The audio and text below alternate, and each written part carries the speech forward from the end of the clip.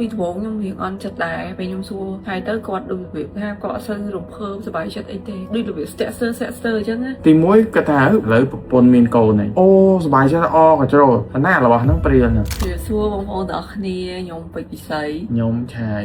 ហ្នឹងហើយវីដេអូហ្នឹងគឺខ្ញុំចង់ថតទុកជាអនុស្សាវរីយ៍ថាអារម្មណ៍នៅពេលដែលដឹងថាមាន baby លើកទី1តើពួកខ្ញុំមានអារម្មណ៍ណានៅពេលដែលដឹងថាខ្លួនឯងខ្លាចទៅជាម៉ែឪគេដោយសារតែពួកខ្ញុំមានកម្រងពេលនេះយើងទៅចង់ទៅដើរលេងនៅអឺរ៉ុបតែដោយសារតែដាក់វីសាធ្លាក់ក្នុងខែ7ខ្ញុំត្រូវទៅដើរលេងប្រាំងហើយនឹងស្វីសហ្នឹងដើម្បីទៅ honeymoon ក៏រត់វីសាឡើងវិញម្ដងទៀត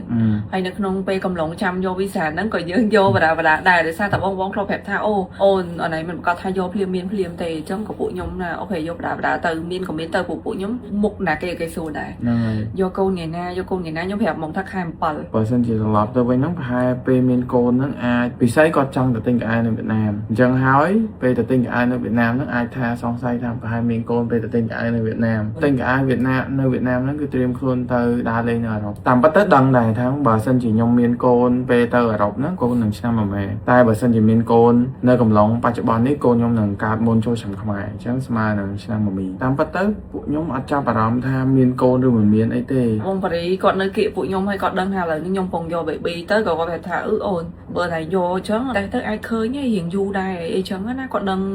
ដឹងពីអ្នកខ្ញុំទៅពេលតេស្តទៅវា2ឆ្នោតប៉ុន្តែ2ឆ្នោតហ្នឹងអត់ច្បាស់ទេហើយមនុស្សខ្ញុំសូម្បីតែតេស្តមិនក៏ខ្ញុំអត់ដឹងដែរខ្ញុំសួរបងបារីទាំងអស់អរគុណដល់បងបារីគ្នាទៅក្នុងដំណើរការហ្នឹងវគ្គបងបារីដោយសារតែគាត់ដឹងពីអានរឿងចឹងច្រើនអញ្ចឹងណាទៅពេលតេស្តទៅឃើញពីការប្រឹកក៏ខ្ញុំអត់ដឹងថាខ្ញុំមាន baby តែខ្ញុំស្ពេចស្ពិលមែនថាមាន baby ហ្នឹងគេឃើញមិនបានមានខ្ញុំឆ្ងល់ខ្លាំងហ្មងតែពេលផ្ញើទៅឲ្យបងបារីមើលគាត់ថាព្រាអូនហ្នឹងអាចភាគរយមានណានិយាយទៅដំណាក់កាលតេស្តហ្នឹងខ្ញុំតេស្តពី3ដងពេលយើងតេស្តដំបូងហ្នឹងព្រាលខ្ញុំសួរឆាយហ្មងថាបងម៉ៃមានអារម្មណ៍មិនដែររំភើបអត់ដោយសារតែចេះអារម្មណ៍ខ្ញុំហ្នឹងអត់តមានអារម្មណ៍អីទាំងអស់ច្រើនទេទីមួយគាត់ថាឥឡូវប្រពន្ធមានកូនហើយអញ្ចឹងសប្បាយចិត្តត្រូវអត់អូសប្បាយចិត្តអក៏ជ្រុលប៉ុន្តែរបស់ហ្នឹងព្រាលណា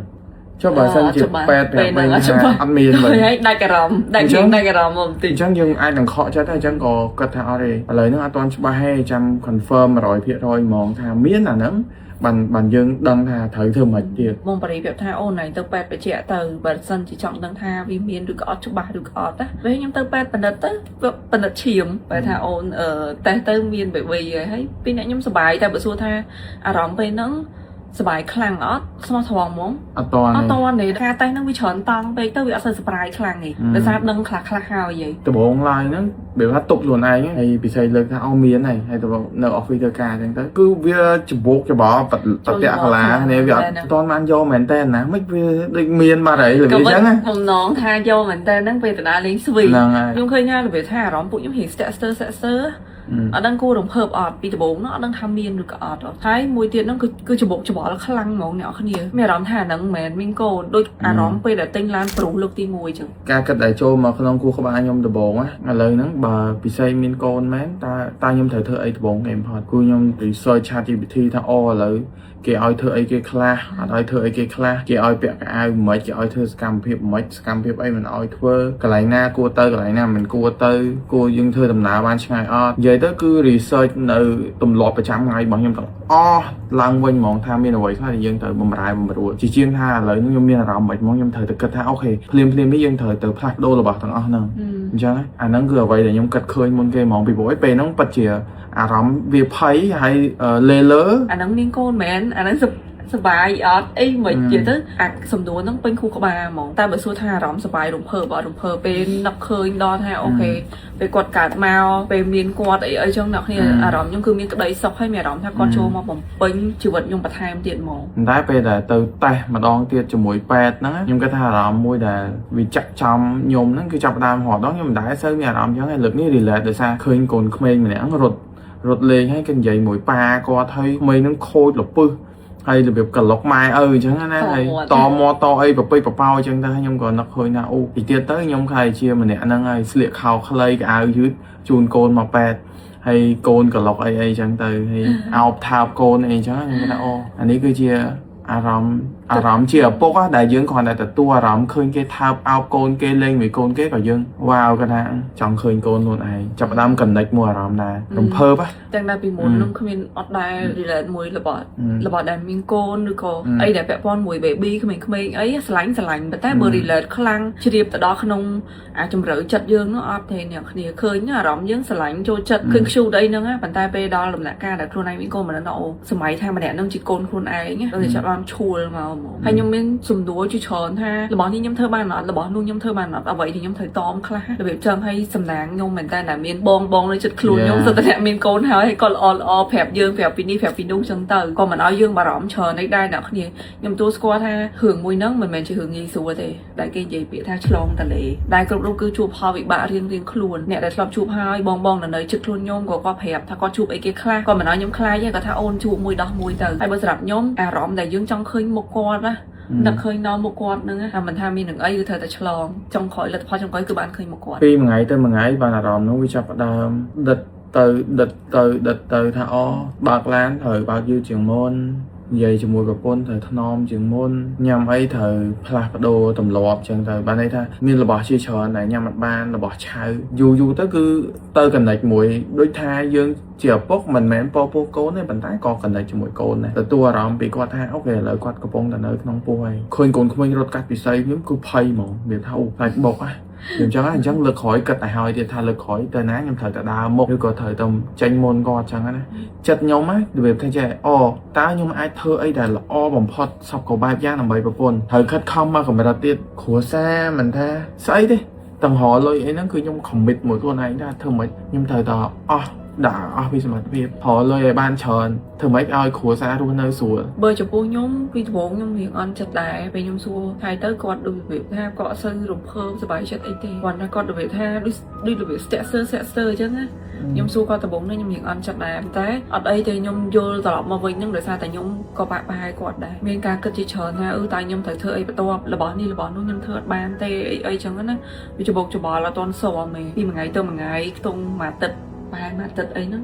ចាប់ដើមសអមកគឺដឹងតែខ្លួនឯងត្រូវធ្វើអីគេខ្លះត្រូវថ្នមខ្លួនបែបណាដើម្បីកូនដើម្បីធៀមខ្លួនជាម្ដាយហើយពេលដែលអ្នកគ្នាដឹងហើយថាពេលមានកូនអកម៉ូននឹងប្រែប្រួលបងអ្នកធ្លាប់មានគឺដឹងហើយគាត់ប្រាប់ខ្ញុំថាឆៅណាអូនគ្រប់គ្រងខ្លួនឯងបានទេឥឡូវហ្នឹងវាតន់ដល់ដំណាក់កាលខ្លាំងឯងខ្ញុំដឹងខ្លួន